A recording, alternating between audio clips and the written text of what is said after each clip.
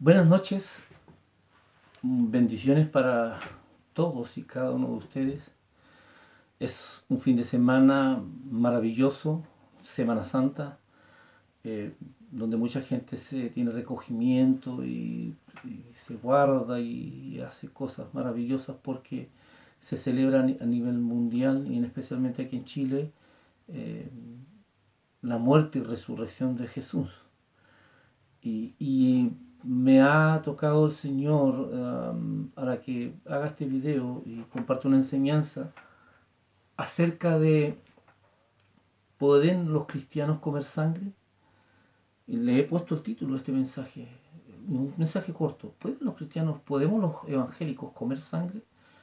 Digo esto porque me tocó a mí cuando estudié en un instituto de una corporación X, un profesor me dijo que podíamos comer sangre.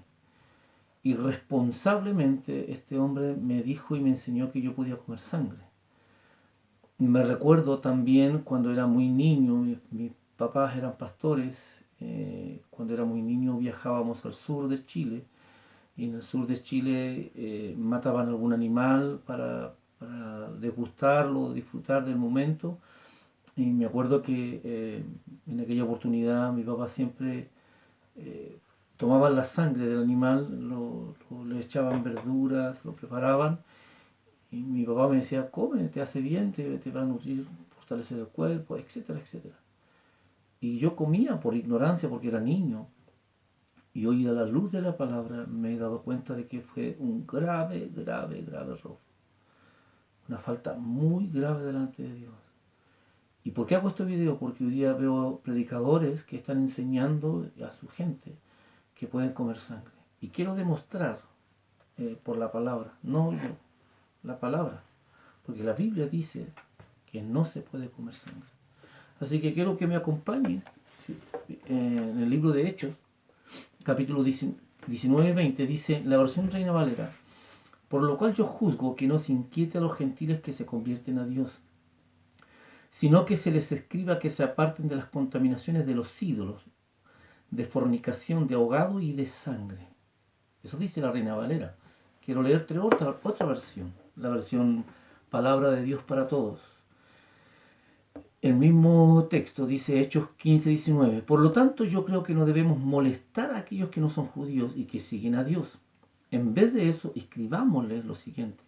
No coman nada que se haya contaminado por haber sido ofrecido a los ídolos, ni cometan ninguna clase de pecado sexual. Tampoco prueben sangre, ni comen animales que hayan sido estrangulados. La versión Dios habla hoy, otra versión. Mira cómo dice esta. Por lo tanto, considero que no se debe imponer la carga de la ley a aquellos que, no siendo judíos, dejan sus antiguas creencias para seguir a Dios. Está hablando de gentiles. Basta con escribirles que se aparten de todo lo que haya sido contaminado por los ídolos, que eviten toda inmoralidad sexual y que no coman carne de animales estrangulados o ahogados, ni tampoco sangre. Específicamente, ni tampoco sangre. La última versión, la NBI. Por lo tanto, yo considero que debemos dejar de ponerles trabas a los gentiles que se convierten a Dios. Ahí es más específica, ¿te das cuenta? Yo soy gentil, tú eres gentil. Yo no nací en Israel, yo soy chileno y por ende soy gentil. Y dice, más bien debemos escribirle que se abstengan de lo contaminado por los ídolos, de la inmoralidad sexual, de la carne de animales estrangulados y de sangre. En el contexto, acá ocurre el primer concilio. Y en el primer concilio se reúnen los apóstoles para ver qué van a hacer con los gentiles. ¿Por qué? Porque algunos judíos querían judaizar a los gentiles y le estaban poniendo exigencias y requerimientos que para poder ellos venir a Cristo, que para poder ellos ser del pueblo judío o ser salvos, comillas, ellos tenían que resguardar toda la ley. Y en ese concilio se decidió que simplemente 4 cosas ellos debían resguardar, que debían apartarse de toda contaminación de idolatría, de fornicación, de ahogado y de sangre. Entonces, veamos las 4 prohibiciones. La primera, Jacobo dice, yo juzgo que no se inquiete a los gentiles que se convierten a Dios Inquietar significa dejar dejarlos tranquilos. No pongamos carga sobre ellos, dejemos tranquilos a los gentiles. Eso dice Jacobo en el primer concilio. Ahora, la primera palabra dice que se aparten de las contaminaciones de los ídolos. Uno de los grandes problemas de la iglesia primitiva era el comer carne que había sido sacrificada a los ídolos. Era un problema en aquellos tiempos, y aún todavía para la iglesia es problema, porque Corintios, 1 Corintios capítulo 8 verso 7 nos habla y nos dice allí del problema de comer carne que había sido sacrificada a los ídolos.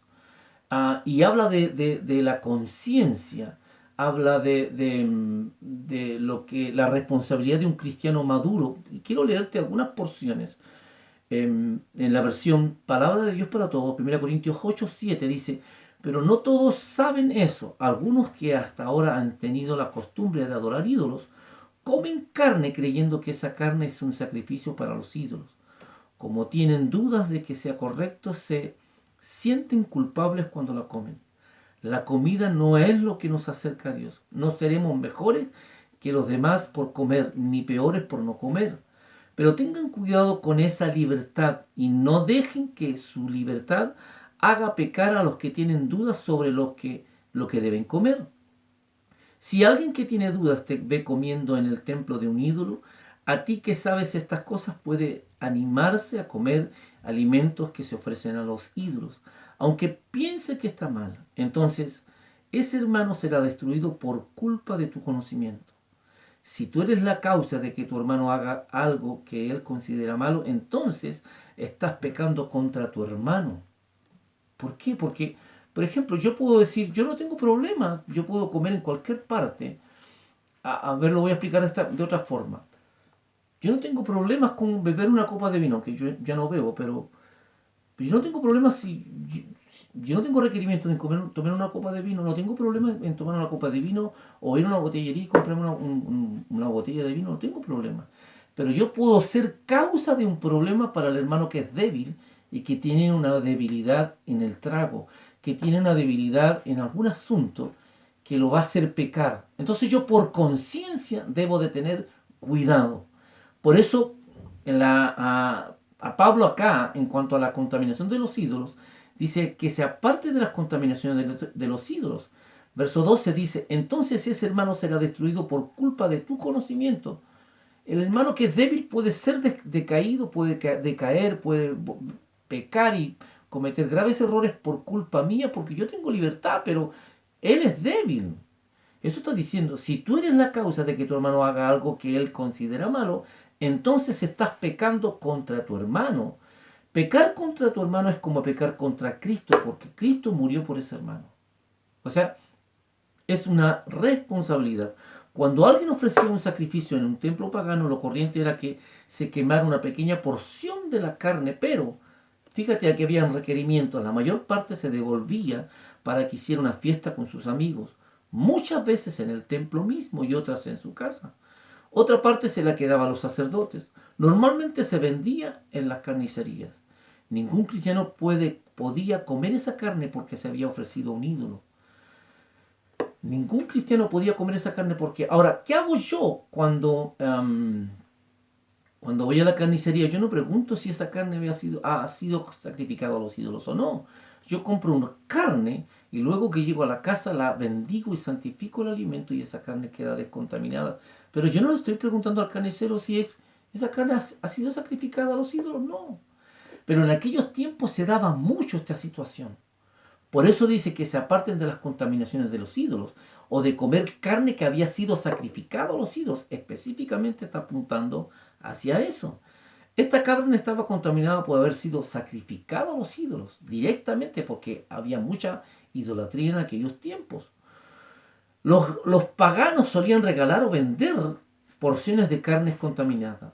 De ellas, Jacobo le dice a los convertidos gentiles que se abstuviesen, no fuera que pareciese a los judíos que no estaban del todo apartados de la idolatría. 2. De fornicación. Significaba abstenerse de toda inmoralidad sexual. Estamos hablando de los 4 requerimientos en el libro de Hechos capítulo 15, versículos 19 y 20, de los 4 requerimientos para los gentiles. La fornicación son las relaciones sexuales ilícitas de una persona no casada. Hoy día la fornicación se da mucho en los jóvenes que tienen relaciones sexuales prematrimoniales, que no están casados, y esto habla de las fornicaciones. El pueblo de Dios no debe practicar la fornicación o inmoralidad sexual. Lo dice la versión PDT en Efesios capítulo 5, verso 3, dice: ustedes son el pueblo santo de Dios. Por lo tanto, entre ustedes no debe existir la inmoralidad sexual, ni ningún otro exceso. Tanto digan groserías, tonterías, ni hagan bromas vulgares, mejor alaben y den gracias a Dios, pues es seguro que el que cometa pecados sexuales no tendrá parte en el reino de Dios, ni el que haga inmoralidades, ni tampoco el que siempre quiera tener más cosas para sí, porque eso es como adorar a un Dios falso. No permitan que nadie les engañe con ideas falsas, porque Dios se enoja con los que no lo obedecen. Así que no tengan nada que ver con esa clase de gente. Les digo esto porque ustedes estaban antes en la oscuridad, antes de estar en Cristo. Pero ahora están en la luz del Señor, por lo tanto, vivan como hijos que pertenecen a la luz. O sea, si tú ya eres hijo de Dios y tú ya no debes estar en fornicación. Si tú tienes una pareja, aunque es tu única pareja, fíjate en esto. Si tú tienes una pareja que es tu esposa, tu pareja, mujer o hombre, bien digo, pero no estás casado con él o con ella, no estás casado ante las leyes civiles y no has ido a una iglesia que te pongan una bendición, tú estás en fornicación, literalmente. No es que yo quiera arreglar la palabra es una sola y esto es Biblia. No es lo que yo diga, es lo que la Biblia dice. Tú estás en fornicación, estás pecando gravemente contra Dios, porque Dios estableció en el concilio a los gentiles estos 4 requerimientos. Pablo nos dice huir de la fornicación porque el cuerpo es el templo del Espíritu Santo. Lo dice claramente, mira, 1 Corintios capítulo 6, verso 13. Las viandas para el vientre y el vientre para las viandas, pero tanto al uno como a las otras destruirá Dios. Pero el cuerpo no es para la fornicación, sino para el Señor, y el Señor para el cuerpo. La versión PDT dice, también dicen, la comida es para el estómago y el estómago para la comida. Estoy de acuerdo y Dios destruirá las dos cosas. Pero el cuerpo no es para cometer pecados sexuales, sino para el Señor, y el Señor para el cuerpo. Tu cuerpo no es para fornicar, es para el Señor. Dios te dio ese cuerpo. Ahora, 1 Corintios 6, 18 dice, huid de la fornicación. Cualquier otro pecado que el hombre cometa está fuera del cuerpo, mas el que fornica contra su propio cuerpo peca. El que fornica contra su propio cuerpo peca. Tú debes tener en cuenta este versículo bíblico. ¿Por qué? Porque el que fornica, el que tiene relaciones sexuales, prematrimoniales, sin ordenarse delante de Dios, está pecando gravemente y contra su mismo cuerpo. Por eso vienen las enfermedades. Punto C. No podían comer carne de animal ahogado. Dice literalmente, no comáis carne de animal. ¿Por qué? Porque el animal ahogado moría con la sangre dentro. Por eso, porque era obvio, se ahogaba una vaca, se ahogaba un cordero, cualquier animal, ellos venían, lo tomaban, lo sacrificaban y se lo comían. Lo preparaban y se lo comían. Y Pablo está estableciendo que no deben comer animal ahogado. ¿Por qué? Porque muere con la sangre dentro. 4. No podían comer sangre. Literalmente no podían comer sangre. Para los judíos estaba estrictamente prohibido. Y esta ley es la que fue la decisión del concilio para los gentiles enviada en una carta. Y yo quiero leerte la traducción lenguaje actual. Dice, los apóstoles, los líderes y todos los miembros de la iglesia decidieron elegir a algunos de ellos y enviarlos a Antioquía junto con Pablo y Bernabé. Eligieron a Judas, a quien la gente también llamaba Barsabás, y a Silas. Estos 2 eran líderes de la iglesia. Con ellos mandaron esta carta. Nosotros, los apóstoles, y líderes de la iglesia en Jerusalén, les enviamos un cariñoso saludo a todos ustedes los que viven en las regiones de Antioquía, Siria y Cilicia, y que no son judíos pero creen en Jesús. Hemos sabido que algunos de aquí han ido a verlos sin nuestro permiso y los han confundido con sus enseñanzas. Por eso hemos decidido enviarles a algunos de nuestra iglesia. Ellos acompañarán a nuestros queridos compañeros Bernabé y Pablo, los cuales han puesto su vida en peligro por ser obedientes a nuestro Señor Jesucristo. También les enviamos a Judas y a Silas. Ellos personalmente les explicarán el acuerdo que hemos llegado. El Espíritu Santo, fíjate, verso 28, al Espíritu Santo y a nosotros nos ha parecido bien no obligarlos a obedecer más que las siguientes reglas que no podemos dejar de cumplir. Verso 29, no coman carne de animales que hayan sido sacrificados en honor a los ídolos. No coman sangre ni carne de animales que todavía tengan sangre dentro. Eviten las relaciones sexuales que la ley de Moisés prohíbe. Vuelven a repetirle lo mismo, las restricciones, las obligaciones. Estoy hablando en Hechos 15. Vuelven a la decisión, le comparten por los enviados que enviaron, valga la redundancia, y por carta le dice, hemos sabido que ustedes están confundidos, pero les enviamos por una carta para decirles y confirmarles 4 cosas: que se aparten de la idolatría, de la fornicación, de comer animales ahogados y de comer sangre. Dios tuvo que hacer el primer sacrificio y derramar la sangre de un animal. Estoy en Génesis. Y quiero explicarte del por qué. Porque el comer la sangre o el no comer sangre es una decisión de Dios, no de los hombres de la Biblia, sino es una decisión de Dios. Génesis 3:21 dice, y Jehová Dios hizo al hombre y a su mujer túnicas de pieles y los vistió. Aquí en este texto estoy hablando de el primer sacrificio que hizo Dios. Para poder vestir a Adán y Eva. Acuérdate que Adán y Eva pecaron en el huerto, Dios los saca del huerto y lo que hace Dios es el primer sacrificio. Cuando Dios le pregunta a Adán y Eva, ¿qué hiciste, Adán? Le dice, y Adán le dice, la mujer que me diste, empieza a darle las explicaciones que pecó, ¿cierto? Luego Dios mata un animal, sacrifica a este animal y con la piel de ellos le hace ropa y los viste. Pero allí se derramó sangre. Allí Dios inicia el proceso de la sangre. Dios prohibió comer sangre porque la vida está en la sangre.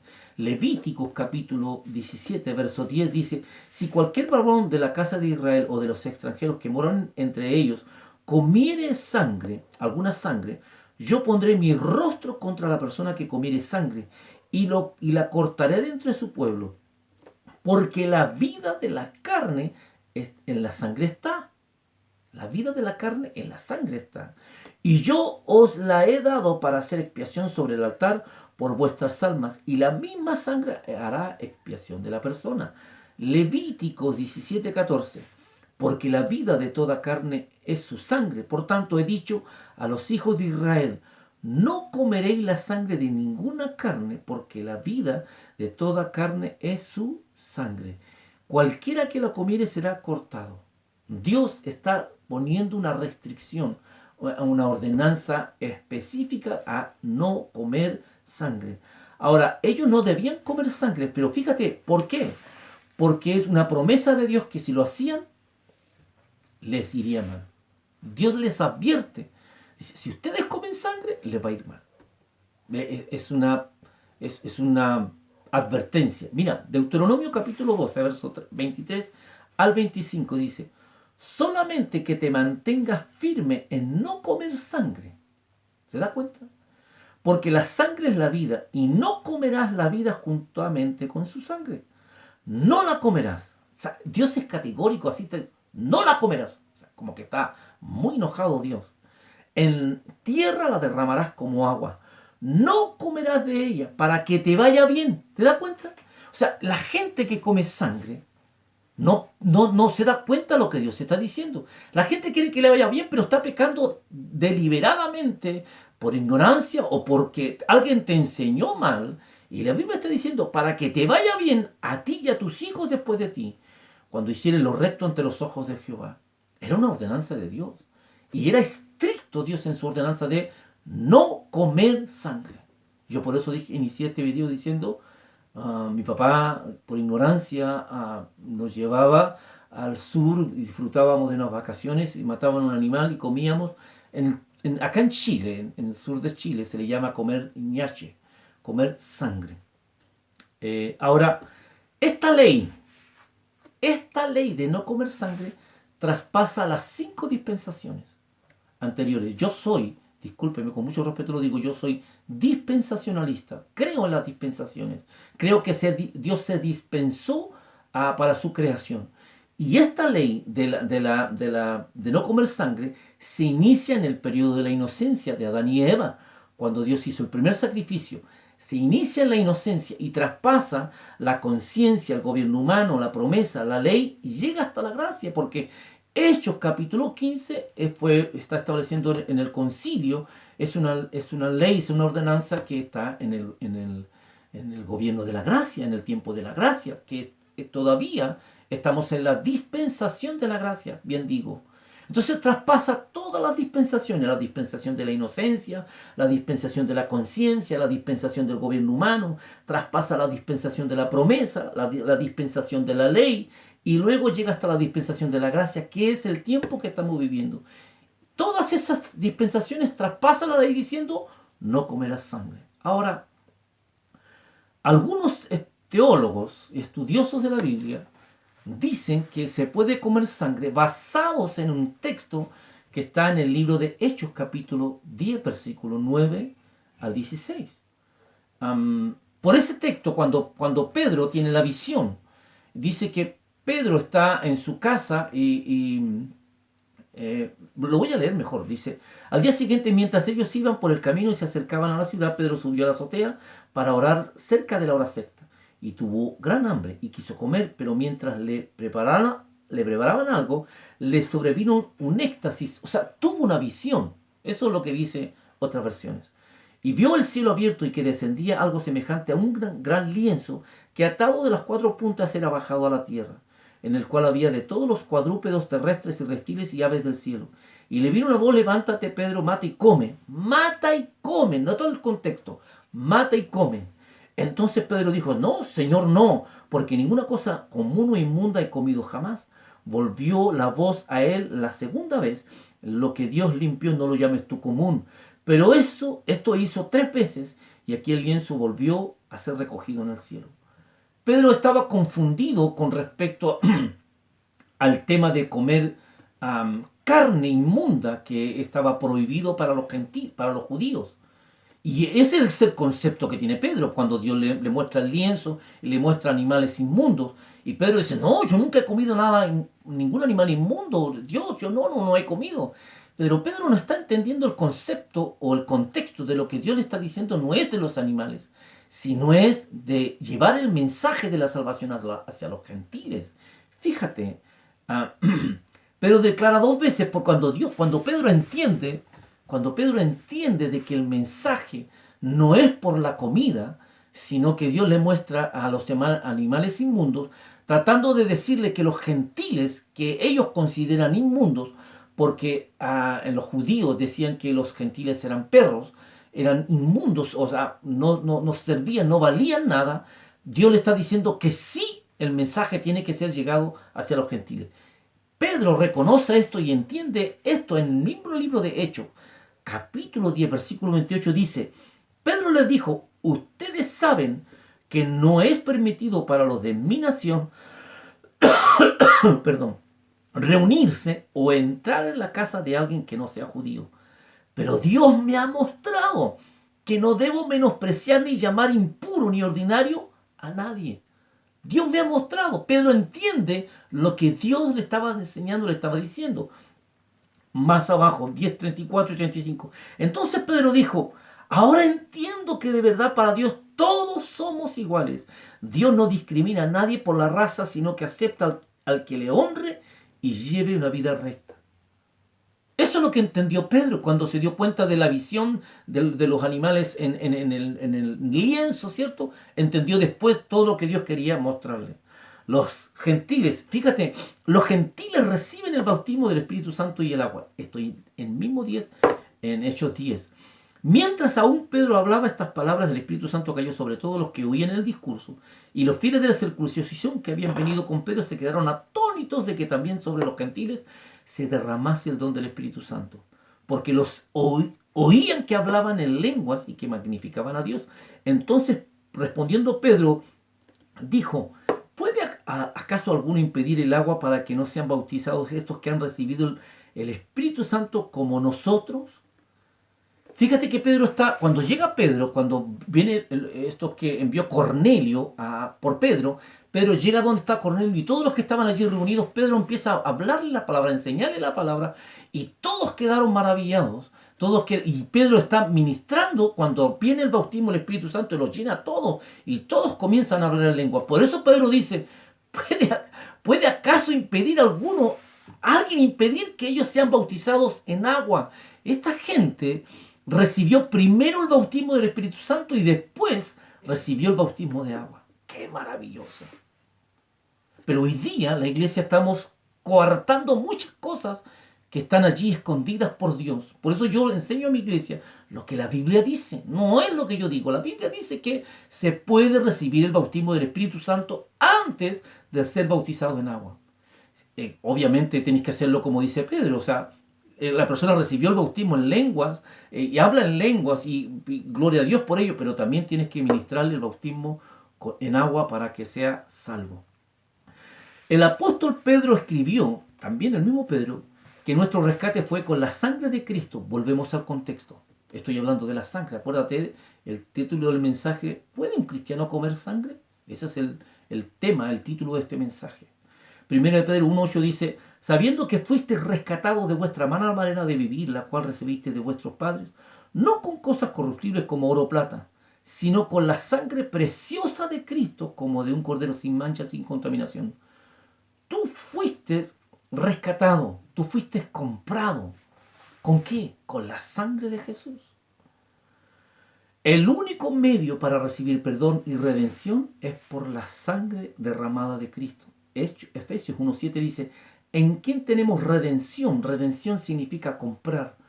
Por su sangre el perdón de pecados según la riqueza de su gracia. Jesús te compró, Jesús compró y pagó tu libertad con la sangre de Jesús. La sangre de Jesús traspasa todas las dispensaciones. Es una orden estricta de Dios. Hebreos 9:22, y casi todo es purificado según la ley con sangre, y sin derramamiento de sangre no se hace remisión. Apocalipsis 5:9. Y cantaban un nuevo cántico diciendo: digno eres de tomar el libro y de abrir sus sellos, porque tú fuiste inmolado, y con tu sangre nos has redimido para Dios de todo linaje. Entonces Juan dice aquí en Apocalipsis 9, Juan dice que Cristo nos compró con su sangre. Cristo compró con su sangre a personas de toda nación, de todos los idiomas, de toda etnia, de toda raza. Termino diciendo, cerrando este pequeño tema, esta pequeña enseñanza: ¿puede un cristiano comer sangre? No, no puede comer sangre. Si en tu iglesia o en el instituto bíblico te dijeron que podían comer sangre, no puedes comer sangre. Bajo ningún punto de vista se puede comer sangre, porque es un pecado directamente contra Dios. ¿Por qué? Porque la sangre de Jesús fue la que compró tu libertad, fue la que te redimió, fue la que nos bendijo. Entonces, te dejo esta enseñanza. Espero te haya servido, te haya bendecido tu vida.